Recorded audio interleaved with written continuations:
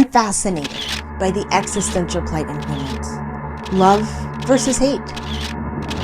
Ego versus id. War versus peace.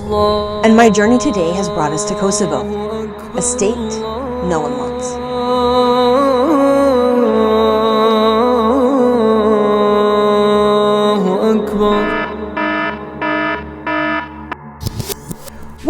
Wait, stop there. A state no one wants is a pretty bold statement.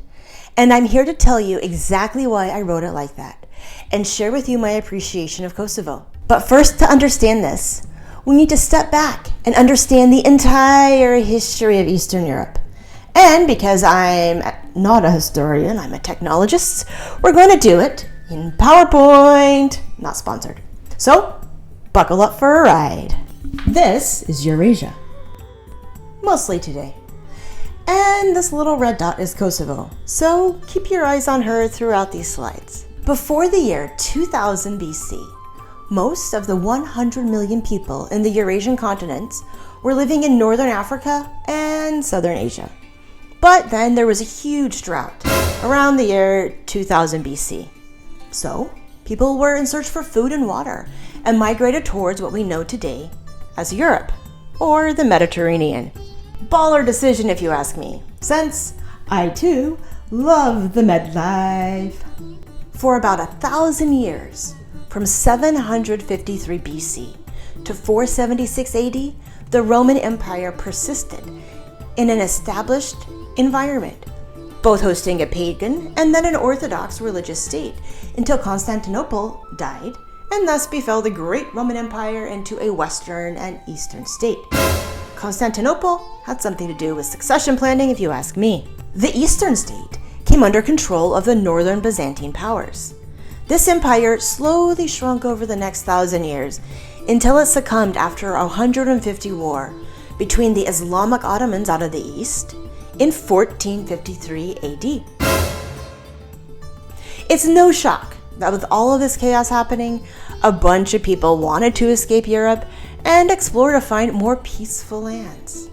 The Ottomans quickly took control of the area and grew a vast empire for nearly 500 years. Their downfall, though? Their way of life was not like that of the Northern Evangelical Orthodox. Brutality was the way the Byzantine Empire brought in those who didn't agree with their religion or their way of life. But the Ottomans didn't eradicate the pre-existing cultures. It just taxed them. It was only a matter of time until the rumbling in the Balkan area started to brew.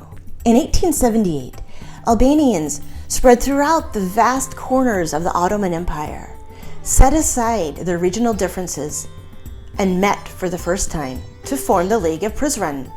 The mission was to unite the Albanian lands to what they felt was due to them, dating back long before the Ottoman, Byzantine, Roman, and Assyrian empires. Amongst this important group of leaders were also writers. Their job was to preserve the Albanian language, which was trying to be eradicated by the Ottomans, as there was starting to be a refusal to teach Albanian in schools. Today, these authors and writers are idolized in some of the most elaborate buildings in the country, the libraries.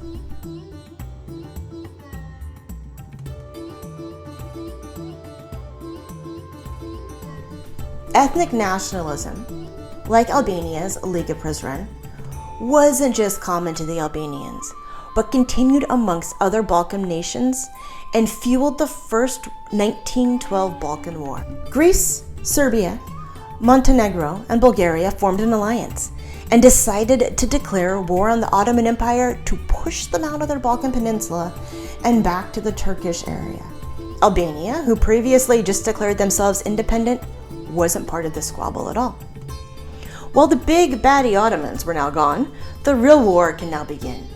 This war being the ethnic battle that was brewing for thousands of years. Who was the rightful owner of all of the Balkan Peninsula? First, Bulgaria got pissed off that Macedonia declared itself its own state and decided to attack her former allies. Romania saw this as an opportunity and went in and grabbed a part of Bulgaria that was historically part of her. Greece was finally happy. Montenegro, Serbia, and Slovenia claimed the land they knew was rightfully owned to them, and Albania grabbed what she felt like she was entitled to. Specifically, parts of Kosovo and Serbia. Thank goodness I wasn't in grade school at this time, because the problem with this is that none of these countries' borders are actually in agreement with each other. It goes without saying there was ethnic genocide amongst everyone down here at the time. Here's how the rest of the world recognized the area at this time. Russia was always interested in this part of the world. They wanted access to the Mediterranean trade routes, and I think secretly, that beach life. The Austro-Hungarian Empire at the time was the largest empire in Europe, and obviously wanted to grow their reign. The rest of Europe was watching closely by. Austria had started to be rude to Serbia and assassinate some of their influencers. A war was brewing.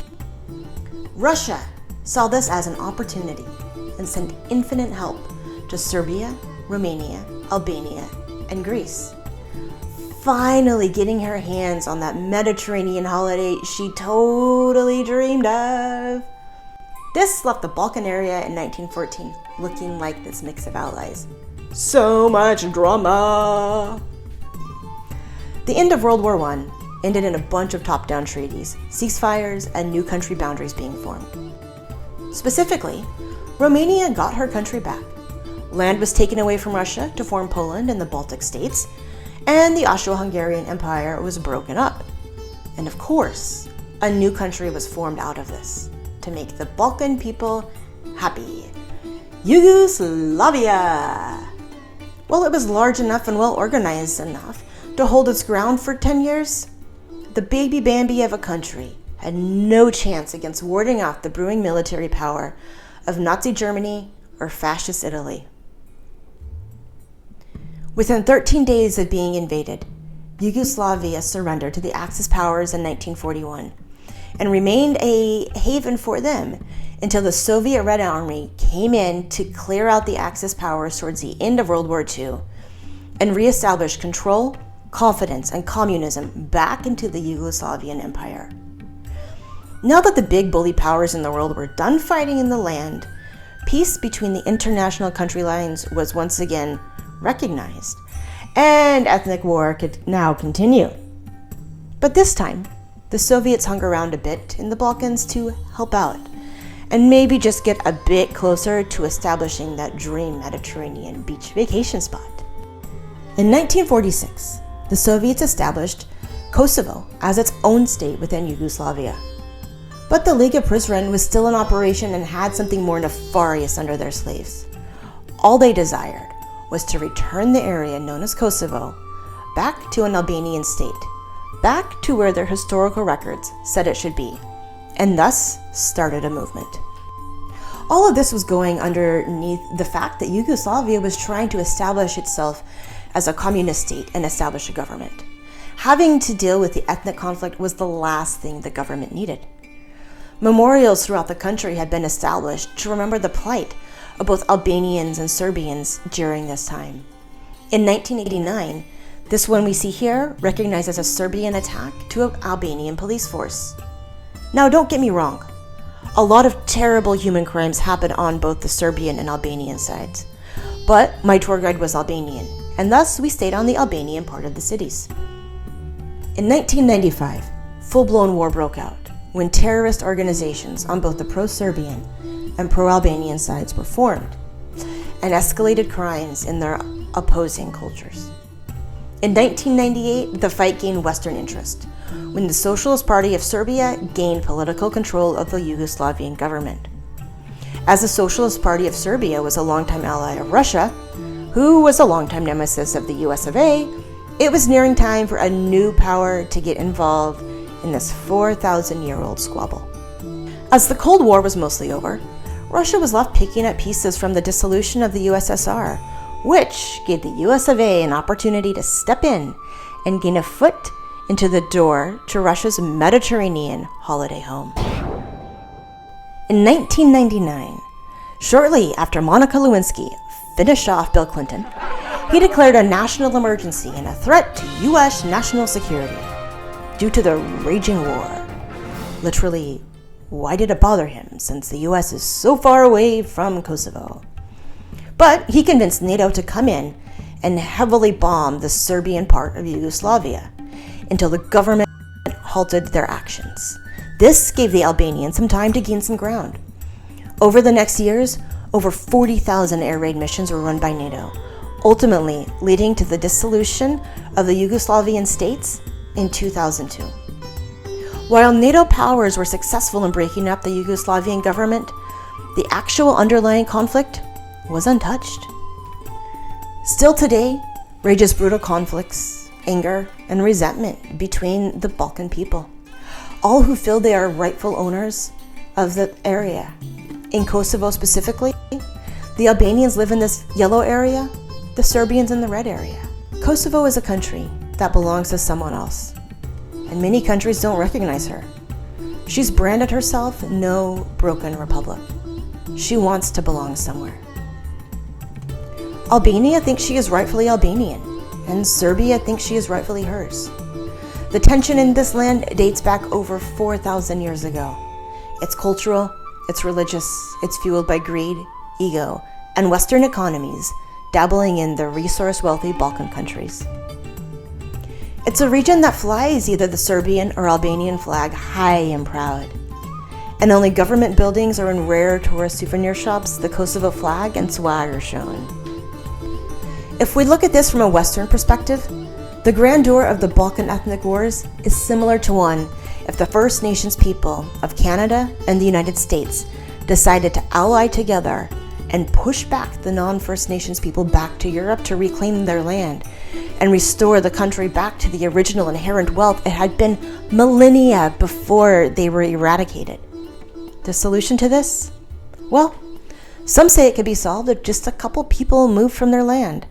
But this is unlikely to happen without UN force, similar to the green zone that was established and the displacement of people in Cyprus.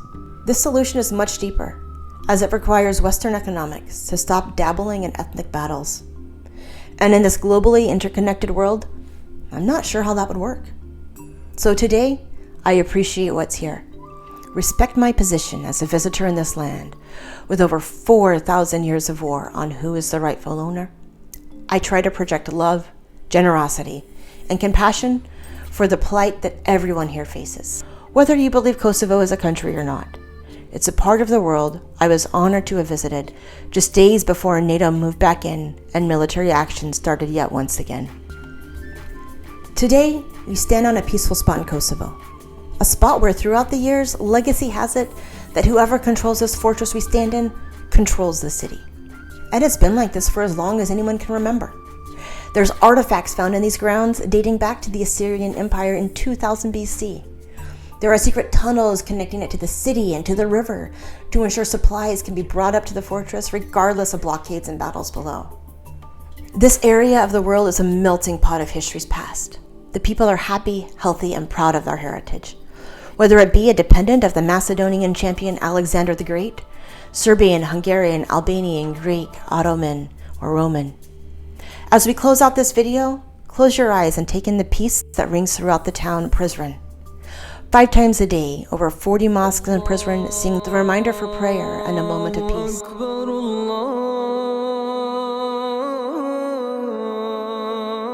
Whether you believe Kosovo is a country or not, it's a part of the world I was honored to have visited just days before NATO moved back in and military action started yet once again.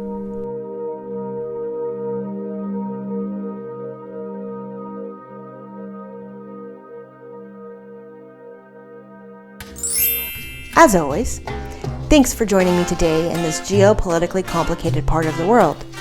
Drop a comment and let me know where I should visit next in the future. Like and subscribe. Bye!